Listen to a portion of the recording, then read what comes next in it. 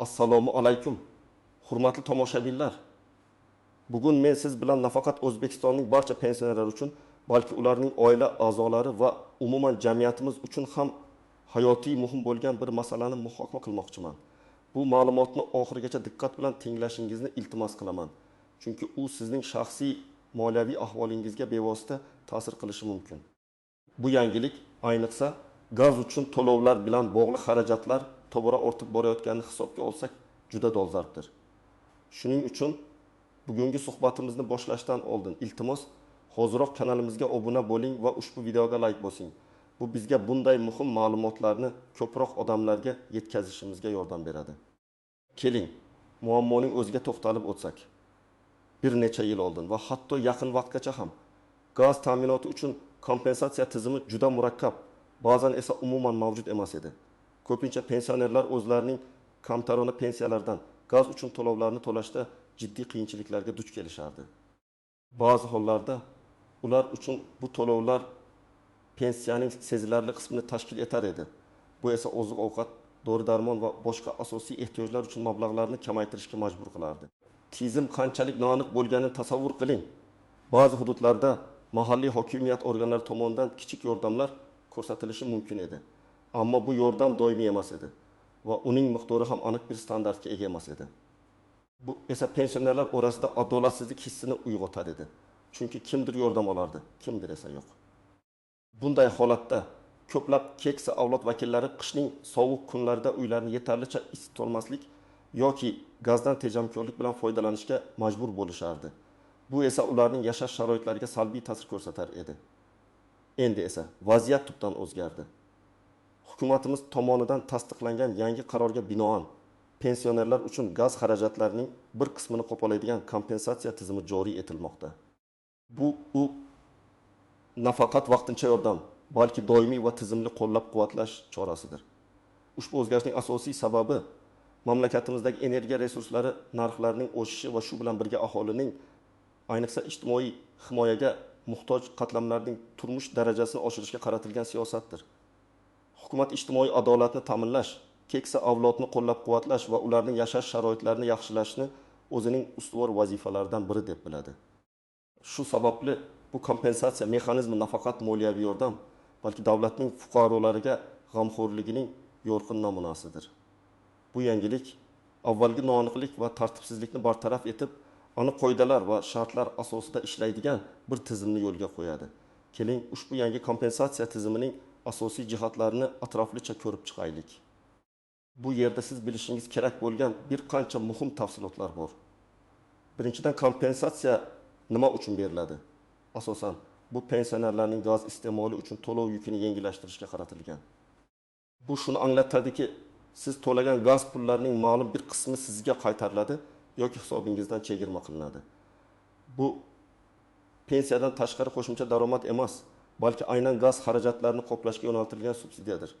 Ikkinchidan, kimlar bu imtiyozdan foydalanishi mumkin? Asosan, O'zbekiston Respublikasida doimiy yashovchi va belgilangan tartibda pensiya oluvchi shaxslar. Ammo bu yerda ba'zi muhim nuanslar bor. Birinchi toifaga kiruvchilar, yolg'iz yashovchi pensionerlar. Agar siz yolg'iz yashasangiz va o'zingizning uy-joyingizda gazdan foydalansangiz, siz kompensatsiya olish uchun asosiy nomzodlardan birisiz. Misol uchun, Toshkent shahrida yashovchi yetim yoshli Oysha momo o'zining kichik hovlisida yolg'iz istiqomat qiladi. Uning pensiyasi oyiga 900 ming so'm atrofida. Qishda gaz uchun o'rtacha 200 ming so'm to'laydi. Yangi tizimga ko'ra, agar kompensatsiya miqdori gaz to'lovining 30% tashkil etsa, u oyiga 6 ming so'm qaytarib oladi. Bu esa uning jami gaz xarajatlarini sezilarli darajada kamaytiradi. Bu unga dori-darmon yoki oziq-ovqat sotib olish uchun qo'shimcha 6 ming so'm degani. Ikkinchi toifaga kiruvchilar, oilaviy ahvoli og'ir bo'lgan pensionerlar. Bu toifaga nafaqat yolg'izlar, balki nogironligi bo'lgan oila a'zosi bilan yashaydigan, qaramog'ida voyaga yetmagan, bolalari bo'lgan yoki daromadi minimal iste'mol savatidan past bo'lgan pensionerlar ham kirishi mumkin. Misol uchun, Farg'ona viloyatida yashovchi 65 yoshli Komil bobo va uning 62 yoshli turmush o'rtog'i Gulnora aya. Ularning har ikkisi ham pensioner, ammo Komil bobo ikkinchi guruh nogironligiga ega. Ularning umumiy pensiyasi 1 million 500 ming so'mni tashkil etadi. Katta uyda yashaganliklari sababli qishda gaz uchun o'rtacha 400 ming so'mga yaqin pul to'lashadi. Yangi tizimga ko'ra, nogironlik va oilaviy ahvol hisobga olinib, kompensatsiya miqdori 1% gacha oshirilishi mumkin. Bu esa ularga 160 ming so'm qaytaradi. Bu ularning og'irroq ahvolini hisobga olgan holda qo'shimcha yordamdir.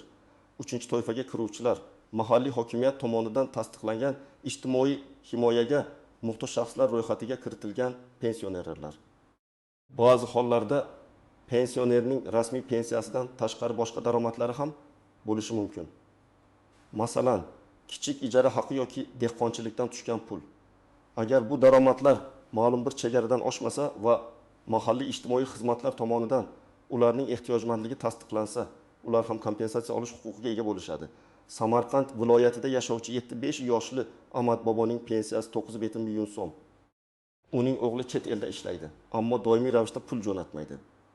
Ahmad bobo kichik tomorqasidan yiliga bir necha marta hosil olib sotadi, lekin bu daromadlar tartibsiz va uning turmushini sezilarli darajada yaxshilamaydi. Mahalliy ijtimoiy himoya bo'limi uning ehtiyojmandligini tasdiqlagan bo'lsa, u ham ushbu kompensatsiyadan foydalanishi mumkin. Kompensatsiya miqdori uning yillik gaz iste'molining 25%ni qoplashi mumkin. Bu yiliga taxminan 1,8 ming so'mga teng bo'ladi. Endi esa kimlar xavotir olmasligi kerak va kimlar kompensatsiya ola olmasligi mumkinligini ko'rib chiqamiz. Bu asosan yuqorida sanab o'tilgan mezonlarga mos kelmaydigan shaxslarga tegishli. Birinchidan, agar sizning oilangizda ishlaydigan va yuqori daromadga ega bo'lgan oila a'zolari birgalikda yashasa, ayniqsa ular sizning qaramog'ingizda bo'lmasa, kompensatsiya olishingiz qiyin bo'lishi mumkin. Masalan, 68 yoshli Zuhra aya o'zining o'g'li va kelini bilan birga yashaydi. O'g'li katta kompaniyada ishlaydi va uning oylik daromadi pensionerning daromadidan ancha yuqori.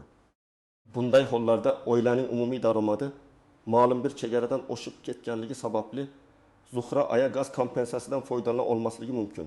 Chunki oila o'z-o'zini ta'minlashga qodir deb hisoblanadi. Ikkinchidan, agar sizning nomingizda bir nechta turar joy mulki mavjud bo'lsa va ulardan biri yoki bir nechtasi ijaraga berilgan bo'lsa, bu ham kompensatsiya olish imkoniyatingizni cheklashi mumkin. Davlat asosan birinchi navbatda asosiy yashash joyidagi xarajatlarni qoplashga intiladi. Misol uchun, 72 yoshli Nodir bobo o'zining uyidan tashqari Toshkent markazida yana bir kvartira ega bo'lib, uni talabalarga ijaraga beradi. Undan tushadigan ijara haqi uning pensiyasidan sezilarli darajada ko'p. Bunday vaziyatda uning moliyaviy ahvoli gaz kompensatsiyasiga muhtoj bo'lmagan toifaga kiradi. Uchinchidan, agar gaz uchun qarzdorligingiz bo'lsa va bu qarzdorlikni uzoq muddat davomida to'lamay kelayotgan bo'lsangiz, kompensatsiya olishda qiyinchiliklar tug'ilishi mumkin. Ba'zi hollarda kompensatsiya faqat to'lov intizomi yuqori bo'lgan iste'molchilarga taqdim etilishi shart qilib qo'yilishi mumkin. Masalan, Xorazm viloyatidan 78 yoshli Tursunoy aya bir necha oydan beri gaz uchun to'lovlarni amalga oshirmagan. Uning gazdan qarzdorligi 5 million so'mdan oshib ketgan. Bunday vaziyatda unga kompensatsiya berilmasligi yoki avval qarzdorlikni qoplash shart qilib qo'yilishi mumkin. Bu qoidalar barcha uchun bir xil darajada adolatli bo'lishini ta'minlashga qaratilgan bo'lib, eng muhtojlarga yordam berishni ustuvor vazifa deb biladi.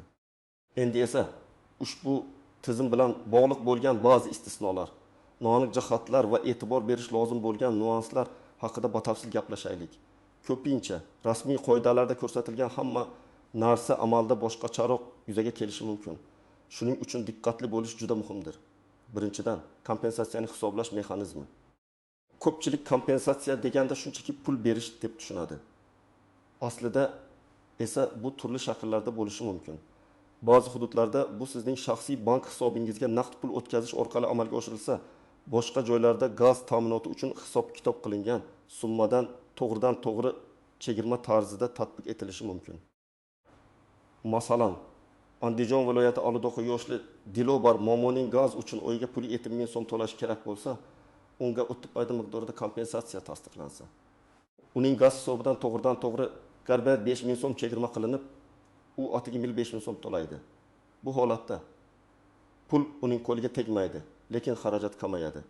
Boshqa bir misolda, Navoiy viloyatida yashovchi 7 yoshli Ravshan boboning gaz to'lovlari hisoblanib, kompensatsiya summasi uning pensiya kartasiga har oy qo'shimcha tarzda o'tkazilishi mumkin. Bu tafsilotni aniqlash uchun mahalliy gaz ta'minoti idorasiga yoki ijtimoiy himoya bo'limiga murojaat qilish kerak. Ikkinchidan, iste'mol normalari bilan bog'liq cheklovlar.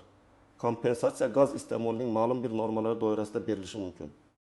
Ya'ni, agar siz belgilangan normalardan ortiqcha gaz iste'mol qilsangiz, kompensatsiya faqat normalar doirasidagi qismiga tatbiq etilishi mumkin. Ortiqcha iste'mol qilingan hajm uchun to'liq hajmda to'lashga majbur bo'lasiz. Masalan, O'rta Chirchiq tumanida yashovchi 70 yoshli Karim aka va uning rafiqasi Gulchehra aya. Ularga bir oyda gaz iste'moli uchun belgilangan norma 300 kub metr bo'lsin. Agar ular 400 kub metr gaz iste'mol qilsalar, kompensatsiya faqat 300 kub metr uchun hisoblanadi. Qolgan 100 kub metr uchun esa ular to'liq to'lovni amalga oshirishlari shart. Bu ortiqcha va behuda sarflangan gaz uchun davlat mablag'larini tejashga qaratilgan choradir. Uchinchidan, turar joyning maqomi. Kompensatsiya faqat pensionerning asosiy yashash joyi uchun beriladi. Agar pensionerning nomida bir nechta uy joyi bo'lsa, u qaysi uy joyida doimiy ro'yxatdan o'tgan bo'lsa va qaysi birda asosiy yashash joyi sifatida gazdan foydalansa, kompensatsiya o'sha uy joyi uchun hisoblanadi. Bu kompensatsiya tizimini suiiste'mol qilishning oldini olishga qaratilgan muhim qoida. To'rtinchidan, yashash sharoitidagi o'zgarishlar.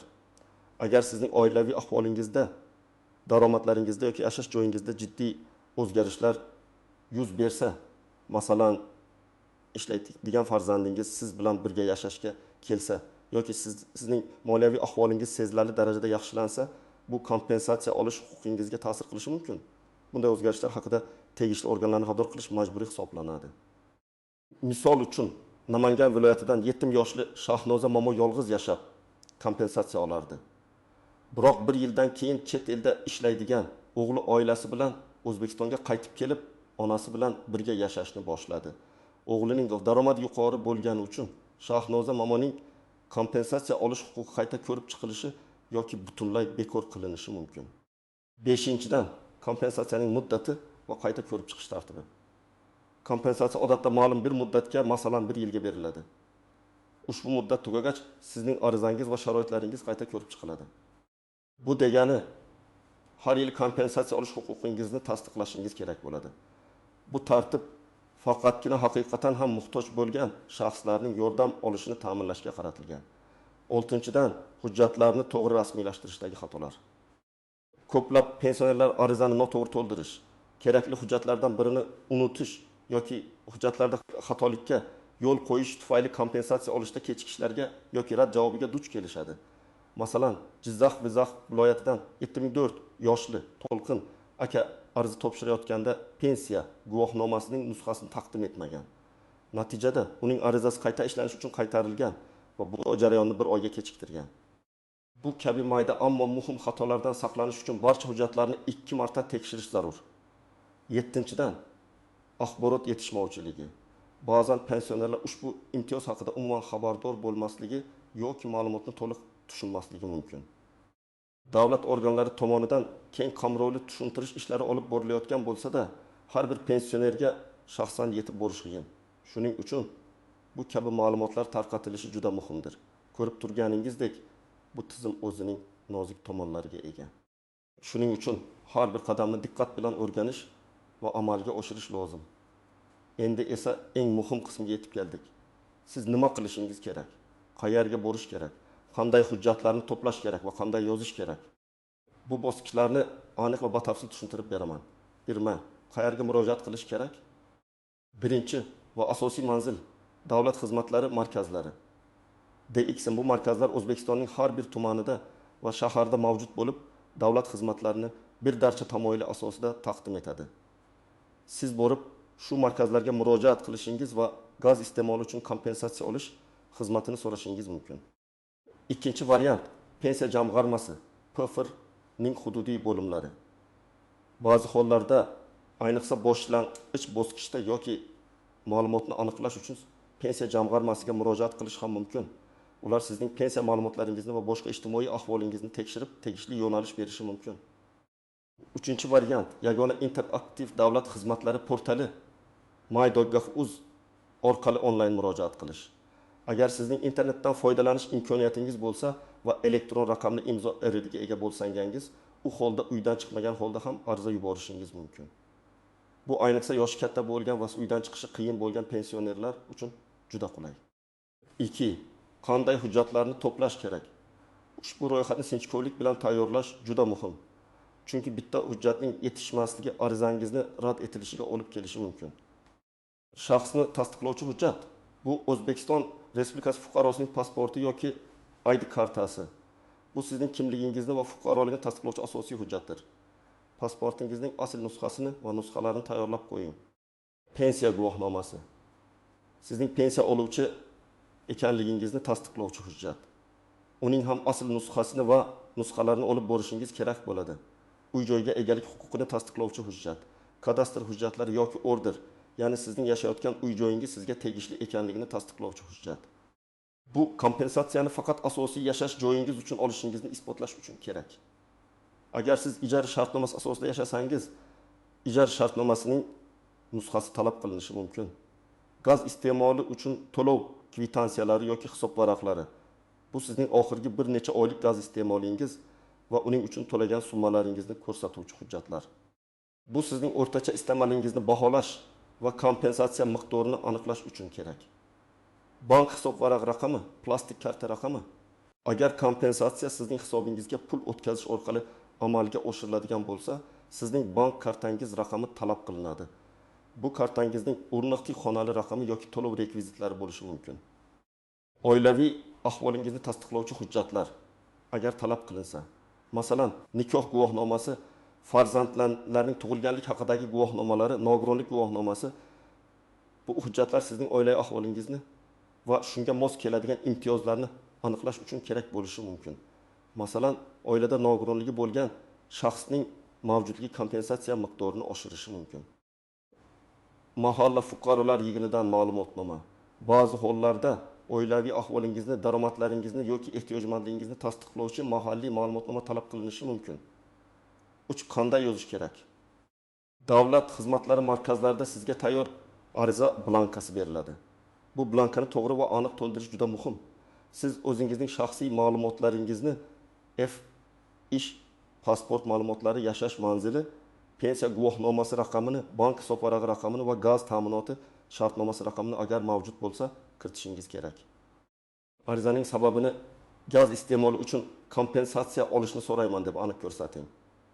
Agar siz myGov.uz orqali onlayn ariza yuborsangiz, barcha kerakli ma'lumotlarni elektron shaklda to'ldirasiz va yuqoridagi hujjatlarning skaner qilingan nusxalarini yuklaysiz. Saytdagi ko'rsatmalarga diqqat bilan amal qiling. Agar shaxsan murojaat qilganingizda blankani to'ldirishda qiyinchiliklarga duch kelsangiz, DXM xodimlari sizga yordam berishga majbur. Ular savollaringizga javob beradi va arizani to'g'ri to'ldirishga ko'maklashadi. Uyatmay, barcha savollaringizni bering. E'tibor berish lozim bo'lgan muhim jihat. Barcha hujjatlarning nusxalarini tayyorlash bilan birga asl nusxalarini ham o'zingiz bilan olib boring, chunki ularni tekshirishlari talab qilinishi mumkin. Shuningdek, arizangizni topshirganingizdan so'ng sizga beriladigan ro'yxatga olish raqamini yoki ariza qabul qilinganligi haqidagi ma'lumotnomani saqlab qo'ying. Bu keyinchalik arizangizning holatini kuzatib borish uchun kerak bo'ladi. Arizaning ko'rib chiqish muddati odatda qisqa bo'ladi, lekin ba'zi holatlarda qo'shimcha tekshiruvlar tufayli cho'zilishi mumkin. Sabrli bo'ling va muntazam ravishda arizangizning holati haqida so'rab turing. Xulosa qilib aytadigan bo'lsak, hurmatli tomoshabinlar, pensionerlar uchun gaz kompensatsiyasi joriy etilganligi haqidagi xabar juda quvonchli va muhim yangilikdir.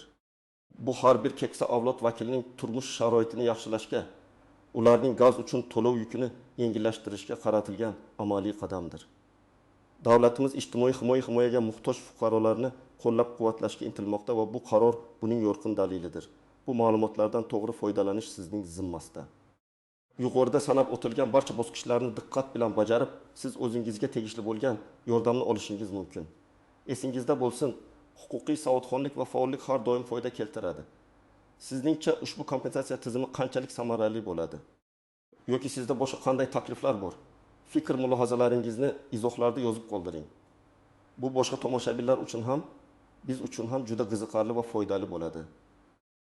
Videomiz foydali bo'lgan bo'lsa, Albatta like bosing va kanalimizga obuna bo'lishni unutmang. Kelgusida ham sizga shunday muhim va dolzarb ma'lumotlarni yetkazib turamiz.